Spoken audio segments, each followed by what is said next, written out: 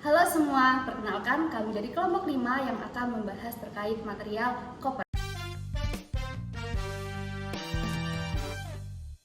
Di sini saya tidak sendiri, saya bersama rekan-rekan saya yaitu Ariela, Eirin, Riviananda, Ervanza, Asha Lintang, dan saya sendiri Anissa Aida. Syah, CU itu apa sih? CU atau yang biasa disebut tembaga adalah salah satu material logam yang paling konduktif dalam menghantarkan listrik dan panas. Tembaga biasa digunakan dalam kabel, semikonduktor, dan komponen listrik lainnya. Bahkan bisa digunakan untuk alat masak loh. Kamu tahu nggak sih bahwa sebenarnya Indonesia itu juga termasuk top 10 countries penghasil tembaga? Betul. Menurut data USGS, pada tahun 2024, Indonesia termasuk negara penghasil tembaga terbanyak ke-6 dengan tambang terbesar berada di Papua dan di Sumbawa. Eirin, jadi bagaimana sih cara produksi koper? Yang pasti sih dimulai dari proses penambangan biji utama dalam open pit. Lalu biji di grinding dan selanjutnya diflotasi. Setelah itu baru dicetak menggunakan metode lebur dan dimurnikan.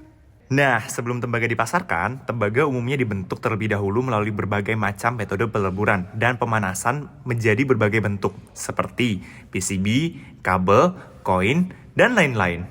Jadi salah satu variabel dalam produksi kan pengaturan suhu.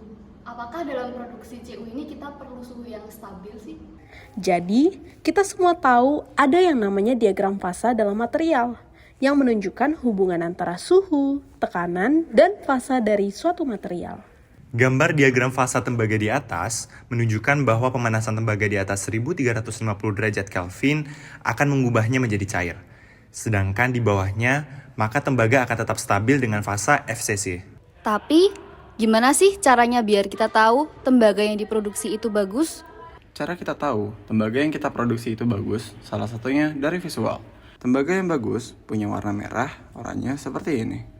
Sementara, tembaga yang sudah teroksidasi akan berubah warna menjadi hijau kebiruan seperti ini. Tapi, jangan-jangan produk yang dijual ke kita sebagai konsumen itu bukan tembaga murni. Terus, gimana dong? Nah, itu pentingnya karakterisasi. Betul. Tembaga dapat dikarakterisasi menggunakan XRD sehingga menghasilkan grafik seperti ini.